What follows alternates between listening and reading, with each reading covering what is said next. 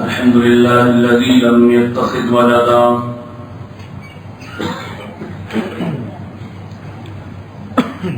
ولم يكن له شريك في الملك ولم يكن له ولي من الذل وكبره تكبيرا.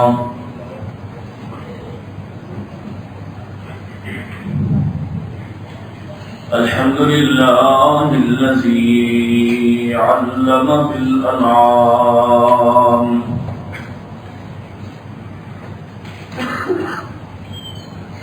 وحرم الحرام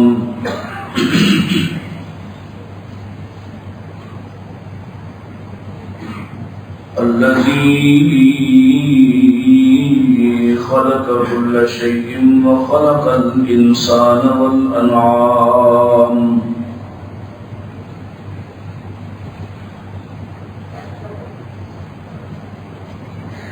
والصلاة والسلام على أشرف الأنبياء وسيد الأنام وعلى آله العظام وعلى أصحابه الكرام وعلى من اتبع الإسلام. اللهم صل على محمد وعلى آل محمد كما صليت على إبراهيم وعلى آل إبراهيم إنك حميد مجيد. اللهم بارك على محمد وعلى آل محمد كما باركت على إبراهيم وعلى آل إبراهيم إنك حميد مجيد. أعوذ بالله السميع العليم من الشيطان الرجيم. بسم الله الرحمن الرحيم. لقد من الله على المؤمنين إذ بعث فيهم رسولا من أنفسهم يتلو عليهم آياته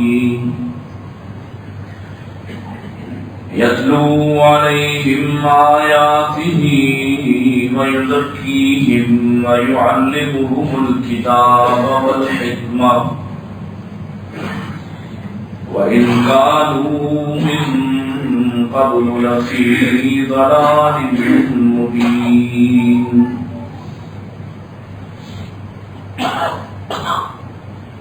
وقال الله تعالى إنك لعلى خلق عظيم. وقال النبي صلى الله عليه وسلم إن هذا الخير خزائن فطوبى لعبد جعله الله مفتاحا للخير مغلاقا للشر وجعله الله مفتاحا للشر مغلاقا للخير أو كما قال النبي صلى الله عليه وسلم. إن أحسن الحديث كتاب الله وخير الهدي هدي محمد صلى الله عليه وسلم وشر الأمور محدثاتها كل محدثة بدعة وكل بدعة ضلالة وكل ضلالة في النار.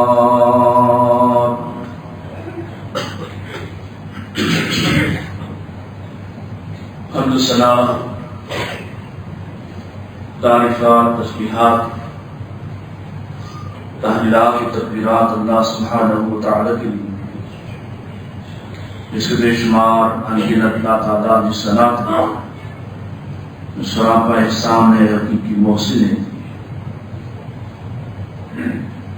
جو تنگیوں کے زمانے میں آسانیاں فراہم کرتا ہے اور جو آسانیوں میں نعمتوں کی حفاظت کرتا ہے۔ نہ اس کی حفاظت کے بغیر کوئی نعمت باقی رہ سکتی ہے اور نہ ہی اس کے ٹالے بغیر کوئی تنگی دور ہو سکتی ہے۔ اس سے دعا اور درخواست ہے آخرت کی آسانیاں عطا فرما دے اور دنیا کی تنگیوں میں اپنا ساتھ نصیب فرما دے۔ درود و سلام امام الانبیاء سید الاتقیاء جناب محمد مصطفیٰ صلی اللہ علیہ وآلہ وسلم، نبی کریم صلی اللہ علیہ وسلم کی آمد کے مقاصد، آپ کی بعثت مبارکہ کے مقاصد، ان پر بات ہو رہی ہے۔ اور یہ ایسی چیز ہے جس کو ہمیں اور ہماری اولادوں کو رٹ لینا چاہیے، یاد کر لینا چاہیے کہ ہمیشہ ہمارے سامنے یہ بات رہے کہ اللہ کے رسول صلی اللہ علیہ وسلم کیوں آئے، آپ نے اتنی مشکلات کس مقصد کے حصول کے لیے برداشت کی، آپ نے گھر سے نکلنا کیوں برداشت کیا، آپ نے یہ سارے طعنے، گالیاں، ظلم و تشدد، اپنے ساتھیوں کی شہادات، کیا سبب تھا کہ آپ یہ سب برداشت کرتے رہے اور اس مقصد تک پہنچنے کی کوشش میں لگے رہے کہ جس مقصد کو اللہ تعالی نے فتح قرار دیا ہے، اور وہ مقصد کیا ہے؟ یتلو علیہم آیات، اللہ کی آیات کو تلاوت کرنا، اس کی تفہیم لوگوں تک پہنچانا، یعلمہم الکتاب والحکمہ، کتاب و حکمت کی تعلیم، اور اس قدر مضبوط تعلیم دے کر جانا کہ جس کے بعد کسی شک و شبہ کی گنجائش باقی نہ رہے، اور نہ ہی اس کے بعد ان راستوں پہ چلنے والے کبھی پچھتائیں۔ ایک یہودی نے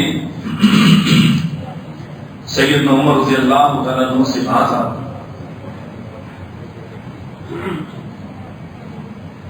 اگر یہ آیت ہم پر اترتی، الیوم اکملت لکم دینکم واتممت علیکم نعمتی ورضیت لکم الاسلام دینا، اللہ ہم سے کہتا کہ میں نے تمہارے لیے دین مکمل کر دیا ہے، نعمت تمام کر دی ہے اور تمہارے دین کو پسند کر لیا ہے، ہم سے کہتا تو ہم اس روز عید مناتے۔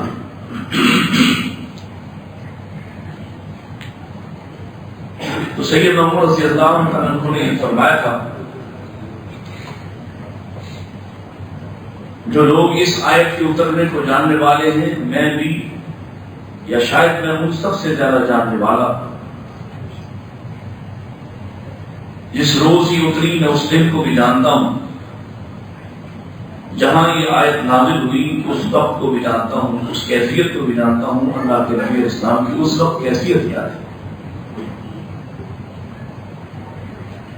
اس خبر کی حقیقت، حقانیت سب جاننے کے باوجود میں اس لیے عید نہیں مناتا کہ اللہ کے رسول صلی اللہ علیہ وسلم نے اس روز عید نہیں منائی۔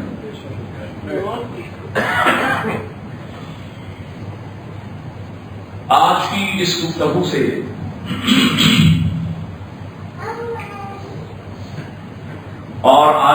ٹاپک، اس عنوان کو، اس کا آخری حصہ بیان کرتے ہوئے میں یہ سوال آپ سمیت ان تمام سننے جاننے والوں تک چھوڑ رہا ہوں کہ اگر دین کے نام پر نئی خوشی اور خوشی والی بات پر بھی خوشی سیدنا عمر نہیں مناتے تو کسی دوسرے کے پاس کیا اختیار ہے کہ وہ اپنی مرضی کا دن منائے اور ہر سال اس میں نئی نئی رسومات کا اضافہ کرے. اسی لیے ہم کہتے ہیں آپ نے ان مقاصد کی طرف توجہ نہیں کی اور نہ اس پر تربیت کی. آپ نے اللہ کے نبی صلی اللہ علیہ وسلم جو تعلیم لے کر آئے اس تعلیم کو تھاما نہیں اور دعوی محبت ہے کہ اس دعوے کے مطابق اگر کوئی آپ کے اصولوں پر محبت نہ کرے تو آپ اسے منکر بھی کہتے ہیں، کافر بھی قرار دیتے ہیں اور ابلیس بھی کہنے سے چوکتے نہیں. جس نبی کے ماننے کا دعویٰ کر رہے ہیں ان کے آنے کے مقاصد میں سے ایک مقصد لوگوں کے باہمی اختلافات کو ختم کرنا اور انہیں ایک مرکز پر لانا تھا. اور اللہ تعالیٰ نے آپ کی ذات کو وہ مرکز بنایا ہے. کہیں یہ فرما کر لَقَدْ كَانَ لَكُمْ فِي رَسُولِ اللَّهِ أُسْوَةٌ حَسَنَةٌ کہ تمہارے لیے اگر کسی شخص کی، کسی ذات کی پیروی میں نجات ہے، فلاح ہے تو وہ رسول اللہ صلی اللہ علیہ وسلم ہے. کہیں یہ فرما کر فَلَا وَرَبِّكَ لَا يُؤْمِنُونَ حَتَّى يُحَكِّمُوكَ فِيمَا شَجَرَ بَيْنَهُمْ ثُمَّ لَا يَجِدُوا فِي أَنفُسِهِمْ حَرَجًا مِّمَّا قَضَيْتَ وَيُسَلِّمُوا تَسْلِيمًا کہ جب تک تم اپنے اختلافات میں، اپنے تنازعات میں میرے رسول کو فیصل نہیں مانتے، فیصلہ نہیں مانتے، حکم نہیں مانتے، سرپنچ نہیں مانتے، اس وقت تک دعوی محبت کیا دعوی ایمان بھی قابل قبول نہیں ہے. اور پھر صرف یہی نہیں کہ تم ظاہری زبانی لسانی طور پر مان لو، بلکہ میرے رسول کے سامنے تمہارے ماننے کا انداز یہ ہو کہ دل کی ہر تنگی کو دور کر کے اس کے فیصلے کو مانو. دل کی تنگیوں پر کوئی گواہ نہیں ہوتا ماں سوائے اللہ رب العزت. اور اللہ وہی قید لگا رہا کہ نفاق سے مان کر بھی میرے نبی کو مان کر دعویٰ کر کے بھی کوئی ایمان والا نہیں ہو سکتا، کیونکہ ایمان کا تعلق اللہ کے ساتھ ہے. جب تک آپ اپنے دل کی رضا کے ساتھ، دل کی کشادگی کے ساتھ محمد رسول اللہ کے فیصلوں کو نہیں مانتے تب تک بھی آپ ایمان والے نہیں. وَيُسَلِّمُوا تَسْلِيمًا اور میرے نبی کو ایسے مانو کہ اس کا حکم آ جائے، فیصلہ آ جائے، پیغام آ جائے تو تم سر تسلیم خم کرو. پھر تمہاری مرضی، تمہارا خیال، تمہارا رواج، تمہاری تفہیم، تمہارے کسی بڑے کی تفہیم، کسی بڑے کی فکر بالکل بھی نہیں چل سکتی. کہیں اللہ تعالیٰ نے آپ کو یہ حیثیت عطا فرمائی من یطع الرسول فقد اطاع اللہ، جو میرے رسول کی اطاعت کرتا ہے وہ یا وہ اللہ کی اطاعت کرتا ہے. اور پیارے نبی علیہ السلام نے ارشاد فرمایا تھا من اطاعنی فقد دخل الجنہ، جو شخص میری اطاعت کرتا ہے وہ جنت داخل ہوگا۔ ایک دوسری حدیث میں ارشاد فرمایا تھا ہاتا بدا کل امتی یدخلون الجنہ، جنت میں داخل ہو جائے گا، ہر دعوے دار جنت میں داخل ہوگا، لیکن اسے اپنے دعوے پر دلیل یہ لانا پڑے گی الا من ابا، وہ انکار کرنے والوں میں شامل نہ ہو۔ قیل من یابا یا رسول اللہ، آپ سے سوال کیا کہ اللہ کے رسول کون آپ سے جنت جانے سے انکار کرے، کون آپ سے دور ہٹنے کا انکار کرے؟ تو آپ نے جو اصول ارشاد فرمایا اور اللہ کے پیغام پر مبنی ارشاد فرمایا من اطاعنی فقد دخل الجنہ ومن عصانی فقد ابا، جو میری اطاعت کرے گا وہ جنت داخل ہو جائے گا، اور جو انکار کرے گا وہ انکار کس بنیاد پہ کرے گا؟ وہ میرا انکار کرے گا، میری نافرمانی کرے گا۔ یہ آپ کی حیثیت ہے، اور آپ کے آنے کے مقاصد میں سے ایک مقصد یہ بھی ہے کہ آپ کی اطاعت کی جائے، آپ کی بات مانی جائے، اور آپ کی بات سامنے ہو تو کسی دوسرے کی بات نہیں مانی جا سکتی ہے۔ قرآن و حدیث سے یہی بات ثابت ہوتی ہے۔ نبی کریم صلی اللہ علیہ وسلم جس طرح کی تعلیم دینے آئے، اختلافات کو مٹانے آئے، طبقاتی تقسیم کو ختم کرنے آئے، آپ یہ ملک پہلے بھی عرض کرتا ہوں 97% مسلمانوں کا ملک، سعودی عرب 100% اسلامی ملک، مسلمانوں کا ملک، U A E, Kuwait, Bahrain, الغرض 57-58 ریاستوں میں اسلام ہی اسلام ہے، مسلمان ہی مسلمان ہیں، لیکن آج بھی طبقاتی تقسیم اسی طرح سے موجود ہے۔ یہ دعوے دار ہے رسول اللہ صلی اللہ علیہ وسلم کی محبت کے، اور ہر دعوے دار دوسروں کو حقیر جانتا ہے۔ اب بلند کو یہ بات ہی ہضم نہیں ہوتی، کل صحابہ نے محبت رسول کا دعویٰ کیا تو وہ بھائی بھائی بن گئے، جان سے عزیز ہو گئے، ہر کوئی دوسرے کے لیے جان قربان کرنے تک کے لیے محبت اور ایثار رکھتا ہے۔ اور آج یہ سب بھی دعوے دار ہے، زیادہ گمگمے لگاتے ہیں، روشنیاں جگاتے ہیں، کھانے پکاتے ہیں، دعویٰ بہت زیادہ کرتے ہیں، لیکن یہ ایک دوسرے کے بھائی نہیں ہیں، یہ ایک دوسرے کے دوست بھی نہیں ہیں، یہ ایک دوسرے کے خیر خواہ بھی نہیں ہیں، اور ہر قوم دوسری قوم کو اپنے آپ سے حقیر جانتی ہے۔ کہاں وہ لوگ جنہوں نے براہ راست پیغمبر علیہ السلام سے اس پیغام کو اخذ کیا، تو چند لمحے پہلے ایک غلام چند لمحے بعد ان کا بھائی قرار پاتا ہے، چند لمحے پہلے ایک غلام زادہ چند لمحے بعد ان کا سید کہلاتا ہے۔ یہ ایمان تھا، یہ اسلام تھا، جس کو تم نے اپنے وطن سے، دیش سے نکال دیا، اور دعویٰ ہے جس کو تھامے پھرتے ہو۔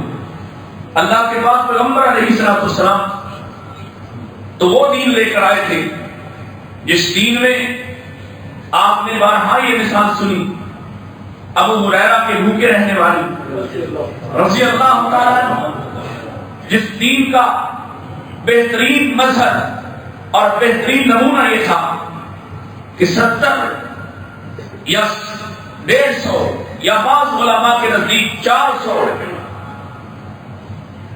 اتنے زیادہ غلاموں نے اس دودھ کے پیالے کو منہ لگایا ہے، اور سب سے آخر میں ساری کائنات کے سردار اور سید المرسلین نے اپنے لبوں سے اس کو مکمل اور ختم کیا ہے۔ وہاں یہ صورتحال ہے کہ غلام پہلے پیتا ہے اور آقا بعد میں پیتے ہیں۔ تم بھی دعوے دار ہو، یہ معاشرہ بھی دعویدار ہے. ابھی تک وہ جھنڈیاں لگی ہوئی ہیں جو تم نے نبی کے نام پر لگائی تھی، لیکن ہوتا مزہ تو تب ہوتا جب تم اس والا میلاد بنا کر اگلے روز اپنی دکان کا جھاڑو پوچھا کرنے والے کو اپنے ساتھ دسترخوان پہ بٹھا کر کہتے آج سے میرا تمہارا فرق ختم ہوا. مالک کا اور نوکر کا وہ فرق جو انسانیت نے پیدا کیا، جو انسانوں نے پیدا کیا ہے، اس کو نہیں مانتا. آج سے تم میرے بھائی ہو. پھر پتہ چلتا کہ واقعی تم نے رسول اللہ کے مقاصد کو مان لیا ہے. ایک صحابی بننے سے پہلے آیا، غلام ہے اور چہرہ بھی اس کا داغدار ہے، سیاہ رنگت. آپ کہنے لگا میں مسلمان ہو جاؤں. تو آپ نے فرمایا اگر تم مسلمان ہو جائے تو جنت دے. عرض کرتا اللہ کے رسول میں مسلمان ہو جاؤں تو میں جنت میں جاؤں گا. فرمایا ہاں تو جنت میں جائے گا. کہنے لگا مجھ سے بدبو آتی ہے، میرے بدن سے اسمیل آتی ہے. کام کاج کرنے والا آدمی، غلام، مظلوم، اور میرا چہرہ اسے کوئی دیکھنا پسند نہیں کرتا. تو کیا میں اسی بدبو کے ساتھ اور اسی چہرے کے ساتھ جنت میں چلا جاؤں؟ اللہ کے نبی فرماتے ہیں تو اسلام قبول کر، تو اسی بدن اسی چہرے کے ساتھ جنت چلا جائے. اور پھر وہ ہوا کہ وہ شہید ہوا. اور آپ نے فرمایا میں نے اس کے پاس ابھی حور عین کو بیٹھے ہوئے دیکھا ہے اسی چہرے کے ساتھ. اور میں ماننے والا چہروں کی قباحت، رنگتوں پہ فیصلہ کرتا ہوں کہ مجھے کس سے سلام لینا ہے اور کس سے نہیں لینا. میں دعویدار محبت کا، میں رشتے کرتے ہوئے ہزاروں عیب نکال دیتا. میں اپنے برابر کسی کو نہیں سمجھتا. اللہ اکبر. اور اگر آپ سے سوال کر لوں کہ یہ نئے نقش کس نے بنائے، اگر قصور ہے تو کس کا ہے؟ کس کا عیب نکالتے ہو؟ اور تمہیں کیا تعلیم دی ہے؟ لیکن نہیں، تمہیں یہ بات سمجھائی نہیں جا سکتی، اس لیے کہ تم نے دین کے لیے وہ مشقت اٹھائی ہی نہیں ہے جو مشقت اٹھائے بغیر انسان کو دین سمجھ آتا ہی نہیں ہے. وہ مشقت کبھی کبھی تمہارے دل سے مقابلہ ہوتا ہے، تمہارے مزاج سے مقابلہ ہوتا ہے اور تم مقابلے میں ہار جاتے ہو. وہ مشقت کبھی کبھی تمہارے والدین ہوتے ہیں، کبھی کبھی تمہاری برادری ہوتی، کبھی کبھی تمہارا ملک، تمہاری ریاست ہوتی.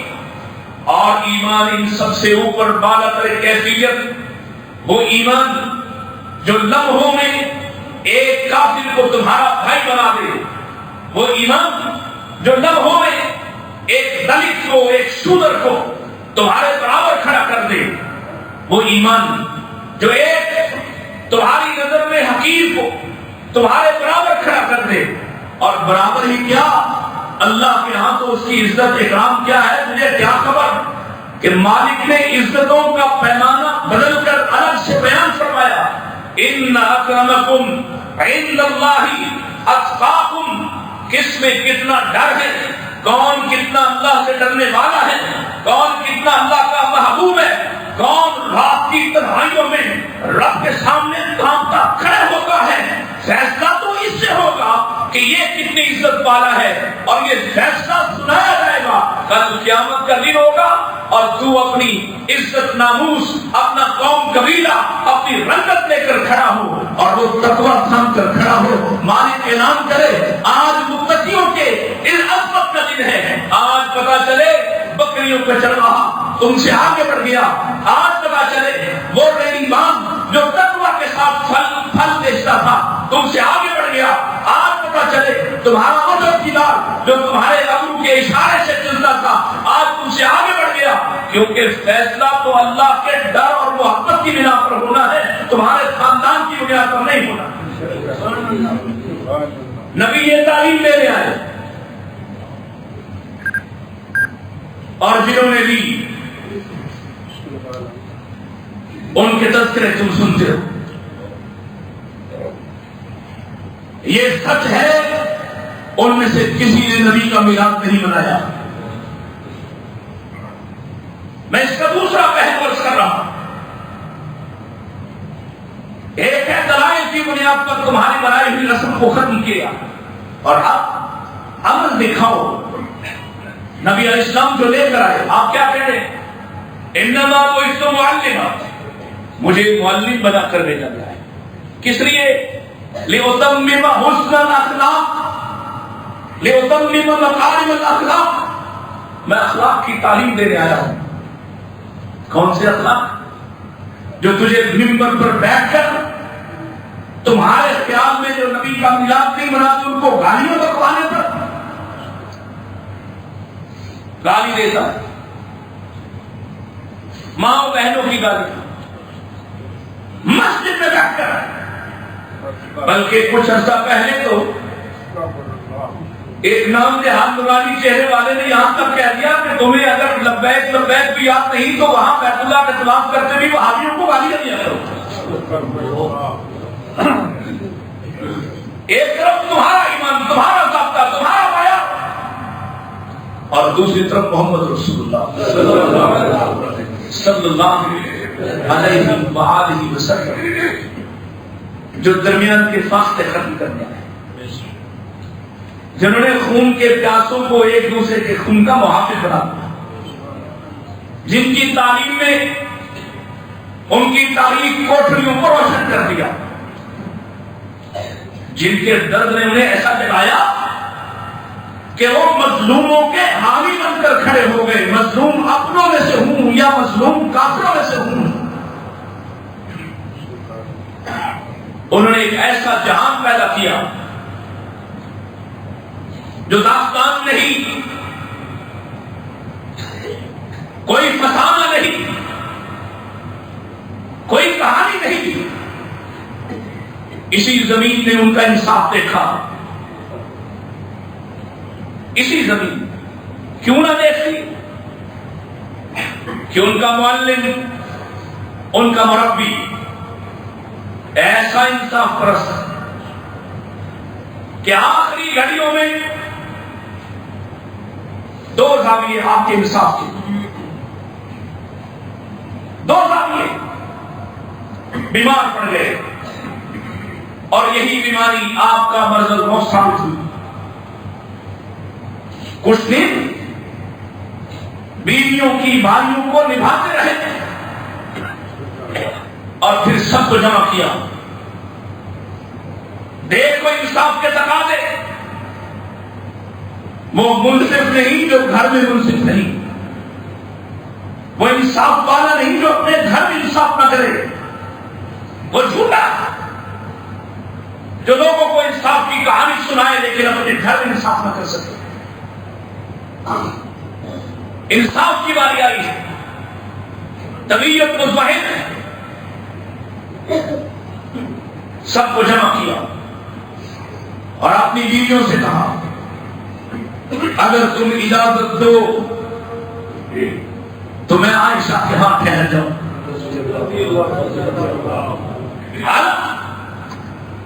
آپ صرف اپنی خواہش ظاہر کرتے,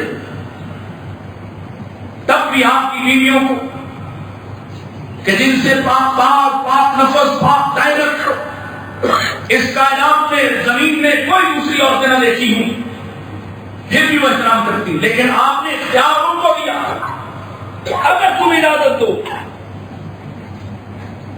تو میں عائشہ کی طرف ٹہر رضی اللہ عنہ, اور ان سب نے اجازت دی اور کسی نے شکوہ نہیں کیا.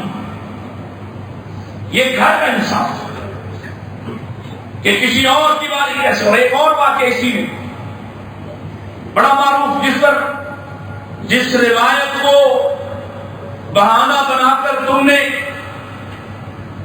اپنے لیے ایک اور رات مبارک بنا رکھی ہے لیلۃ البراء کے نام سے،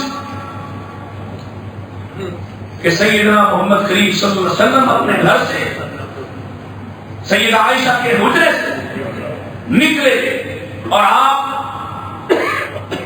بقیع میں چلے، اور سیدہ کو لگا کہ شاید کسی اور طرف جائے، دبے پاؤں آپ کا تعاقب کیا، دیکھا کہ آپ بقیع کھڑے ہیں تو پلٹ آئی، دیکھا کہ اللہ کے نبی بھی پلٹ آئے، بھاگ کر گھر آئی، اللہ کے رسول بھی آ گئے۔ اب بھاگنے سے جو سانسیں بے ترتیب ہوئی، پوچھا عائشہ کہاں، کیا بات؟ اللہ، بات ساری کھل گئی اور بتایا کہ میں آپ کو دیکھنے گئی۔ پیارے نبی نے سیدہ عائشہ کی چھاتی پہ یہاں ہاتھ مارا اور کہا کیا تو سمجھ سکتی، سوچ سکتی کہ میں تیرا حق ہوں اور کسی اور کو دے دوں؟ یعنی تو سوچ بھی کیسے سکتی ہے کہ میں تمہاری رات، تمہارا گھر ہو، تمہاری باری ہو اور میں کسی اور کے پاس چلا جاؤں؟ یہ ممکن بھی کیسے؟ یہ انصاف کا عالم۔ اور باہر انہی بیماری کے ایام میں غالباً آخری خطبہ دیا آپ نے، اور غالباً یہ 3 دن اپنی وفات سے پہلے بڑی مشکل سے ممبر تک آئے، لوگوں کو جمع کیا اور جمع کر کے فرمایا، لوگوں میں بھی انسان ہوں، مجھ سے بھی کوئی تمہارے حق میں ایسی بات ہو سکتی ہے، میں اپنے آپ کو تمہارے سامنے پیش کرتا ہوں۔ اگر کسی نے مجھ سے کوئی قرض لینا ہو تو وہ قرض لے لے، مطالبہ کرے۔ ایک شخص کھڑا ہوا، اس نے 2 درہم کا مطالبہ کیا۔ آپ نے حضرت فضل بن عباس سے کہا اس کو ادا کر دو۔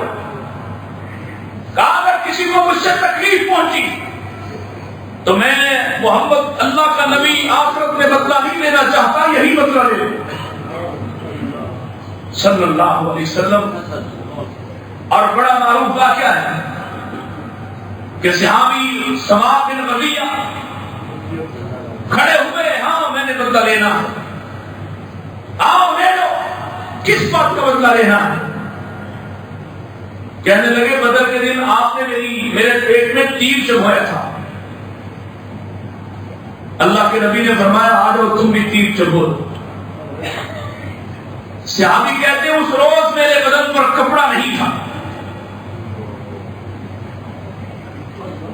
اللہ کے رسول نے اپنا بدن سے کپڑا اٹھا دیا، آ جاؤ انصاف کے تقاضے پورے کرو۔ اور وہ بھاگ کے آپ کے پیٹ کے ساتھ چمٹ گیا اور بوسے دینے لگا۔ پوچھا ایسا کیوں کر رہے؟ اس نے کہا پیارے نبی چاہتا ہوں میرا بدن آپ کے بدن سے جڑ جائے، چاہتا ہوں آپ کے بدن کو چھو لوں، آپ کے بدن کی برکت اپنے اندر سمیٹ سکے۔ لیکن دوسرا پہلو انصاف، ہم آپ کو دعوت دیتے ہیں آپ انصاف کے ساتھ بیٹھو، قرآن و حدیث درمیان میں رکھو، اپنے کبار علماء کو بٹھاؤ، ہمارے علماء کو بٹھاؤ، پاکستان کے تمام ٹی وی چینلز کو اس کو کور کرنے دو، لائیو مذاکرہ کرو، قرآن و حدیث کی تمام کتب سے کوئی ایک صحیح دلیل پیش کر دو جو تم نے رسم بنائی، اس کی کوئی ایک دلیل ہو۔ آؤ قوم کو لڑنے سے روکتے ہیں، آؤ لوگوں کے خلاف کو ختم کرتے ہیں۔ تم مجھے اگر کوفہ پہ جھکانا چاہو تو میں نہیں جھکوں گا، میں تمہیں امام مالک کے قدموں میں جھکاؤں تو تم نہ جھکنا، لیکن آؤ اس کے قدموں میں جھک جاتے ہیں جس کے لیے اللہ فرما رہے ہیں فَإِن تَنَازَعْتُمْ فِي شَيْءٍ فَرُدُّوهُ إِلَى اللَّهِ وَالرَّسُولِ، کہ اگر تمہارا اختلاف ہو جائے، تنازع ہو جائے، دلائل میں تنافس ہو جائے، مکالمے میں مباحثہ ہو جائے، تو آؤ محمد کے قدموں پر جھک جاؤ، اس کے قدموں میں بیٹھ جاؤ اور قرآن و سنت کے درمیان فیصلہ کر دو۔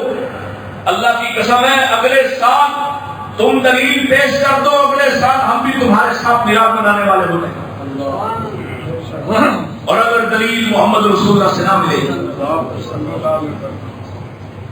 اگر دلیل محمد رسول اللہ سے نہ ملے، اگر دلیل ابو بکر سے نہ ملے، اگر دلیل عمر سے نہ ملے، اگر دلیل علی اور عثمان سے، طلحہ اور زبیر سے، حسنین کریمین سے نہ ملتی ہو، آل اور ازواج سے نہ ملتی ہو، تو اعلان کرو، انصاف کا مظاہرہ کرو کہ آج کے بعد ہم بھی اس رسم سے دستخط ہوتے ہیں کہ اس رسم کا تعلق اللہ اور اس کے رسول کے دین سے نہیں ہے، لیکن یہ تم سے نہیں ہوگا، نہیں ہوگا۔ کیوں؟ جس نے دین کو چھوٹا اور پیٹ کو بڑا کر دیا ہو وہ کبھی ایسا نہیں کر سکتا۔ اللہ کے رسول صلی اللہ علیہ وسلم، آپ کا مزاج، آپ کے اخلاق، اور آپ سب سے کہتا ہوں 3 دفعہ اگر کوئی آپ کی گاڑی کا شیشہ ناک کر دے نا کوئی مانگنے والا، تو مغلظات پکنا شروع کر دے۔ تو مدینہ کا بازار، سیدنا انس راوی رضی اللہ عنہ کہتے ہیں ایک عورت آئی، مجنون ہے، دیوانی ہے، دماغی توازن درست نہیں، اللہ کے رسول علیہ السلام کے راستے میں آ کھڑی ہوئی۔ اور اگر دوسری روایت کو دیکھیں تو شاید یہ وہی روایت کہ جس میں عدی بن حاتم پہلے دن مسلمان ہوا، حاتم تائی کا بیٹا، وہ آپ کے ساتھ آپ کے گھر جا رہے ہیں تو راستے میں ایک عورت ملی، دماغی توازن درست نہیں، بہتی بہتی باتیں کر رہی، آگے کہتی ہے محمد صلی اللہ علیہ وسلم مجھے آپ سے ایک کام ہے۔ آپ فرماتے ہیں بتاؤ کیا کام ہے؟ اس نے آپ کا ہاتھ مبارک تھاما اور آپ کو گلیوں میں گھمانے لگی، اور آپ بالکل خاموشی کے ساتھ اس کے ساتھ ساتھ گلیوں گھوم رہے، حتیٰ کہ وہ آپ کو لے کر ایک چٹیل جگہ پر بیٹھ گئی، ایک مٹی والی جگہ پر نیچے زمین پر بیٹھ گئی، اور جانے کیا بات کرتی رہی جس کے معانی خود اس کو بھی پتا نہیں، وہ باتیں کرتی جا رہی ہے اور پیارے پیغمبر علیہ السلام سنتے جا رہے ہیں، حتیٰ کہ اس عورت نے کہا اب میری بات ختم ہو گئی، میرا مسئلہ حل ہوا، لیکن امتیوں کا اب تک مسئلہ حل نہیں ہوا، امتیوں کا ابھی تک حل نہیں ہوا، جو کسی کمزور کو بات کرنے کی اجازت نہیں دیتے، کسی دیوانے کو کیا، کسی کمزور کی بھی نہیں سنتے، کسی کمزور رشتے دار کو دوسرا لفظ نہیں کہنے دیتے۔ یہ نبی کے ماننے والے ہیں، نبی علیہ السلام کیا تعلیم دے کر رہے؟ آپ ایک دیوانی عورت کی بات سن رہے، دیر تک سن رہے، اور تم ماں باپ کی بات بھی سننا پسند نہیں کرتے۔ باپ صبح صبح روک لے تو چھڑک دیتا ہے کہ مجھے کام ہی بڑھے، ماں کہیں اپنی کوئی دکھ بھری کہانی سنانے کی کوشش کرے تو سوچتا ہے کہ روز ایسے ہی سناتی ہے اور اس کو پلٹ کر چھوڑ جاتا ہے. بوڑھا باپ بوڑھی ماں جو بستر پر ہے، کوئی تعلیم تمہارے فائدے کی نہ ہو سکی، کیونکہ تم نے اللہ کے نبی کے آنے کے مقاصد کو، بعثت کے مقاصد کو، شریعت کے مقاصد کو نہ جانا نہ سمجھا. چند لگی بندی روٹین کی عبادات آپ سمجھتے ہیں کوئی آپ کی بخشش کے لیے کافی. نبی کریم صلی اللہ علیہ وسلم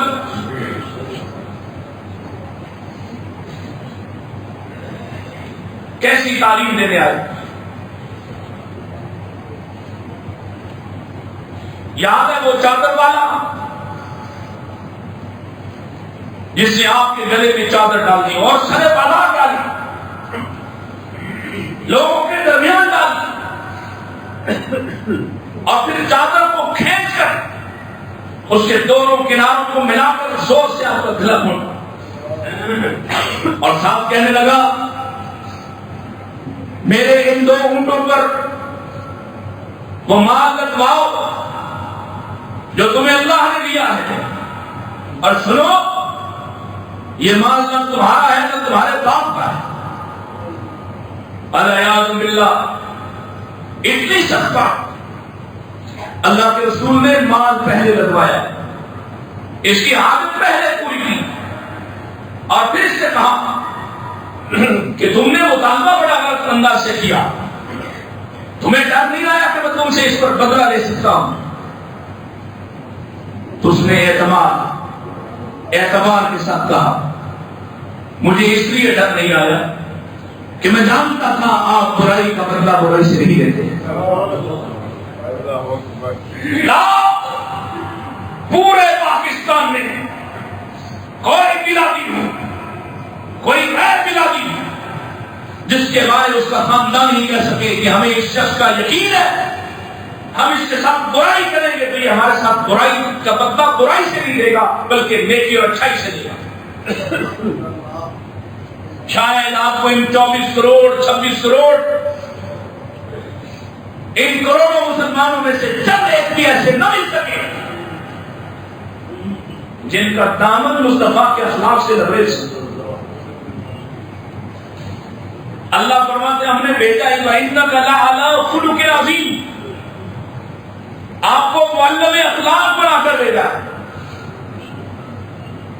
اور آپ کے اخلاق اللہ اکبر. نضر بن حارث ایک بدبخت ہے جو رسول اللہ صلی اللہ علیہ وسلم کے مقابلے میں جہاں آپ دعوت دیتے ہیں وہاں ایران سے لائی ہوئی لونڈیوں، رقاصاں، فحاشہ عورتوں کے ساتھ توازن کے ساتھ وہاں ناچ گانا منعقد کرتا، آپ کے پیچھے پیچھے چلتا رہتا ہے. جہاں آپ دعوت دیتے ہیں وہیں وہ اپنا ناچ گانا شروع کروا دیتا ہے. لیکن اس سارے زمانے میں محمد رسول اللہ صلی اللہ علیہ وسلم کی زبان سے اس کے خلاف ایک بات بھی ثابت نہیں، نہ بددعا، نہ سختی، نہ درستی. ہاں جب اللہ نے آپ کو فتح عطا فرما دی تو نبوت اور رسالت کا یہ مجرم آپ کے سامنے لایا گیا. اس وقت آپ نے اس کے قتل کا حکم جاری کیا کہ یہ شخص تضحیق پیغمبر کا شکار ہوا. ذاتی مولا کبھی کچھ نہیں کہا، یہ نبوت اور رسالت پر اس کا مذاق اڑاتا رہا، اس لیے اس کو سزا دی. آپ مجھے بتائیے کوئی آپ کو ایسا ملتا ہے جس کے ذاتی معاملات پر آپ حملے کریں تو وہ اس لیے چپ رہے اور کہے کہ میں اپنا معاملہ اللہ پر چھوڑتا ہوں. آپ کسی کے باپ کو گالی دیں وہ آپ کے باپ کو گالی دے گا. آپ کسی کی کریڈیبلٹی پر سوال اٹھائیں وہ آپ کو بدنیام ثابت کرے. اس معاشرے میں محمد رسول اللہ صلی اللہ علیہ وسلم کے مقاصد کو، آپ کی تعلیم کو، آپ کے اخلاق کو سمجھیں گے اور نہ سمجھنا چاہتے ہیں۔ آپ کون ہیں؟ آپ خیر کی خبریں لانے والے۔ کس کی خبریں؟ خیر کس کے ہاتھوں میں؟ کس کے قول سے خیر جڑی ہوئی؟ اللہ کی قسم ہے، اگر خیر ہوتی، میلاد منانے میں خیر ہوتی تو نبی خبر دے کر جاتا۔ میلاد منانے میں خیر ہوتی تو نبی خبر کہ خیر کی ایک خبر بھی ایسی نہیں جو اللہ کے رسول نے چھپا لی ہو، دبا لی ہو، نہ بتائی ہو، بلکہ آپ کیا فرما رہے ہیں؟ ان هذا الخير خزائن، یہ میرے ہاتھ میں خیر کے خزانے ہیں، میں خیر کے خزانے لایا ہوں اور ان خزانوں کی چابیاں ہیں، ان خزانوں کی چابیاں، خیر کی خبریں آپ لائے، خیر کے خزانوں کی خبر بھی آپ نے دی، خیر کے ان دروازوں کی چابیاں بھی آپ نے بتائی، اور ساتھ یہاں فرمایا فطوبی لعبد، اس آدمی کے لیے جنت کی بشارت ہو جعلہ اللہ مفتاح للخیر، جو لوگوں کے لیے خیر کی چابی بن جاتا ہے، خیر کی چابی بنتا ہے، اور ہلاکت اس شخص کے لیے جو لوگوں کے لیے شر کا دروازہ بن جاتا ہے۔ فطوبی لعبد جعلہ اللہ مفتاح للخیر مغلاقا للشر، اس آدمی کے لیے جنت کی بشارت جو لوگوں کے لیے خیر کی چابی بنتا اور شر کے لیے تالا بن جاتا۔ اس میں سے شر نہیں گزر سکتا، شر گزر کر کسی اور کو متاثر نہیں کر سکتا، اور اس آدمی کے لیے ہلاکت جعلہ اللہ مفتاح للشر، جس کو اللہ نے لوگوں کے لیے شر کی چابی بنا دیا ہو، شر کا دروازہ بن گیا ہو، وَمِغْلَاقًا لِلْخَيْرِ، اور خیر کا تالا بن جائے کہ خیر اس سے کسی کو توقع نہ ہو۔ اللہ کے رسول خیر کے خزانے دینے آئے، اور ان خیر کے سارے خزانوں میں سب سے بڑا خزانہ کیا ہے؟ کاش آپ جانتے ہو جو آپ کی زندگی کی آخری بات، ترکت فیکم امرین، اور اپنے باپوں کی باتوں کو یاد رکھنے والا، اپنے بڑوں کی باتوں کو یاد رکھ کر فخر کرنے والا، تمہارے نبی کی آخری بات، ترکت فیکم امرین، میں تمہارے لیے دو احکام چھوڑے جا رہا ہوں، لن تضلوا ما تمسکتم بہما، اور ساتھ خبر دے رہا ہوں کہ اگر تم ان کے ساتھ جڑے رہے تو کبھی گمراہ نہیں ہوگے، کبھی شر نہیں پہنچے گا، کبھی شر کی چابی نہیں بنو گے، کبھی خیر پر تالا نہیں بنو گے، خیر کی خبر دے رہے ہیں کہ سب سے بڑی خیر کیا ہے؟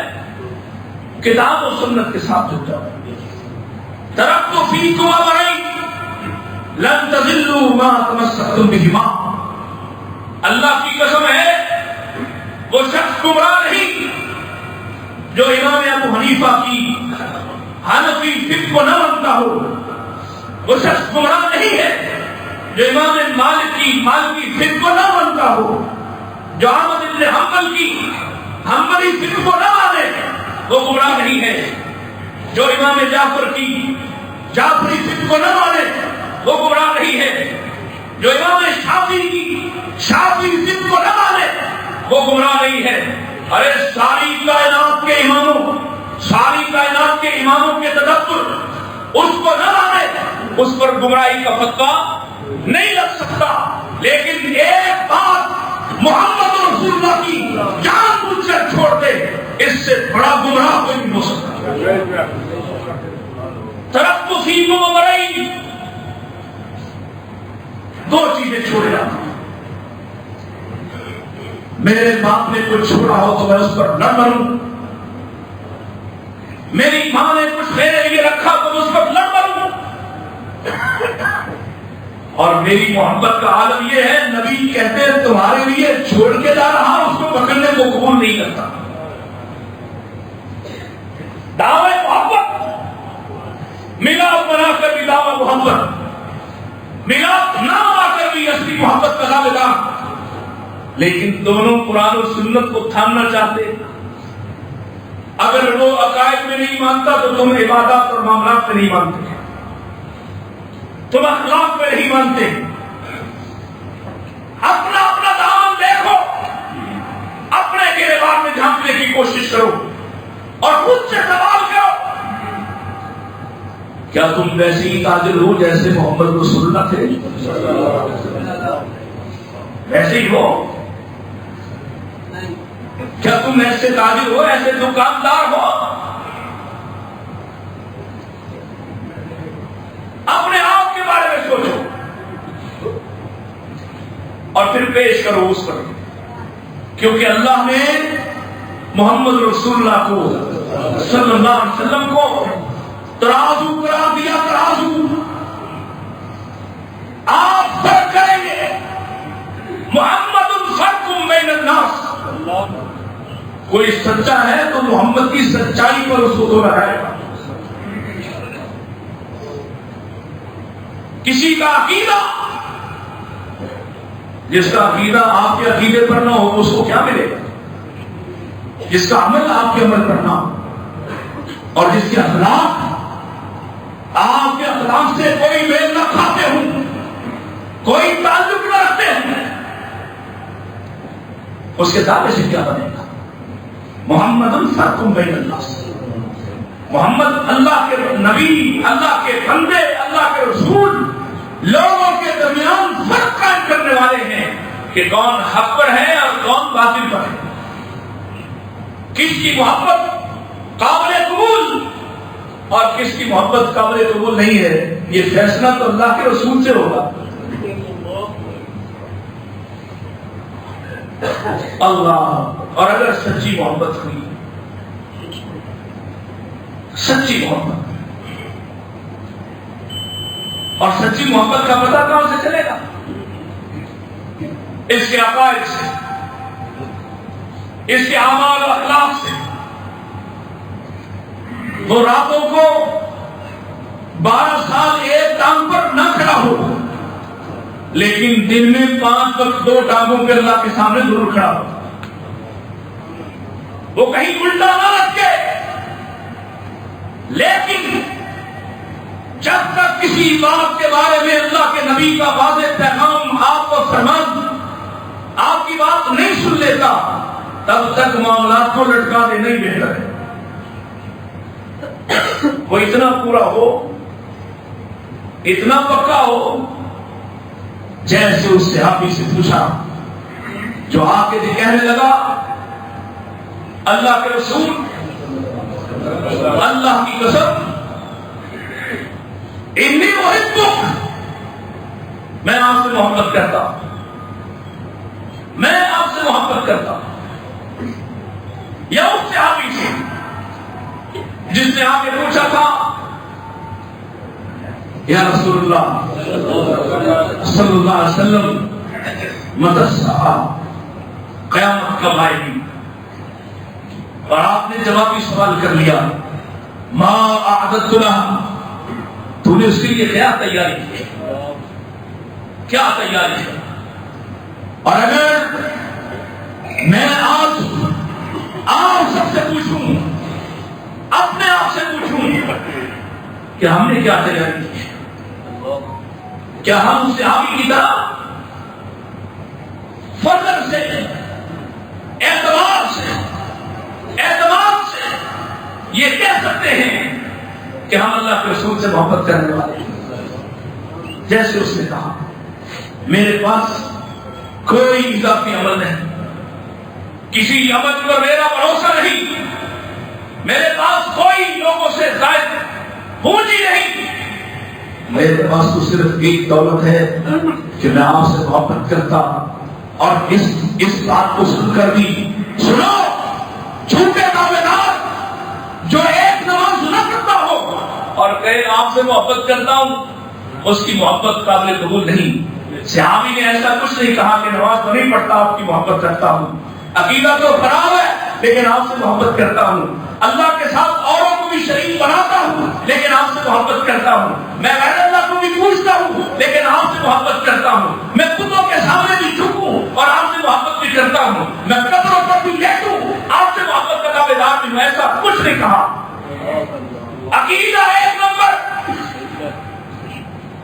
اللہ کی توحید پر پکا, محمد کو خاتم النبیین ماننے والا صلی اللہ علیہ وسلم, عقیدے میں پکا, عبادت میں پکا. کہہ رہا ہے اضافی کچھ نہیں کرتا, اضافی کوئی عمل نہیں, اضافی کوئی میرے پاس وزن نہیں, اضافی چیزوں میں میرے پاس صرف ایک چیز میں آپ سے شدید محبت کرتا ہوں. تو آپ نے کیا جواب دیا؟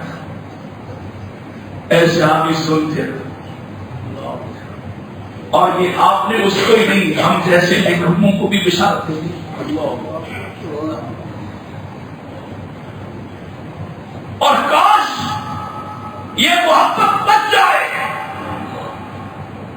ان جھوٹے دعووں سے جو میں اور آپ سجائے کرتے ہیں.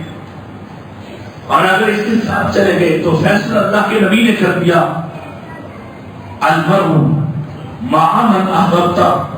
پھر قیامت سے نہ ڈر, جب بھی آئے آنے دے, آدمی قیامت کے دن اسی کے ساتھ ہوگا جس سے محبت کرتا. اللہ کرے کہ ہماری محبت ویسی ہو جائے جیسی اس صحابی کی, جو عقیدے میں پختہ, عمل میں پختہ, عبادت میں پختہ, اور صرف دلی قلبی محبت, اور اس محبت کے لیے کوئی جھوٹا اظہار, کوئی جھوٹی رسم نہیں کرتا, صرف محبت کرتا ہے, دل سے کرتا ہے. اور دل کی محبت پر اللہ کے رسول نے فیصلہ کر دیا, اگر اعمال صحیح ہوئے, معاملات ٹھیک ہوئے, تو میری محبت نہ صرف اس کو کامیاب کر دے گی بلکہ میرے ساتھ جنت میں داخلہ عطا کر دے گی. وآخر دعوانا الحمدللہ رب العالمین.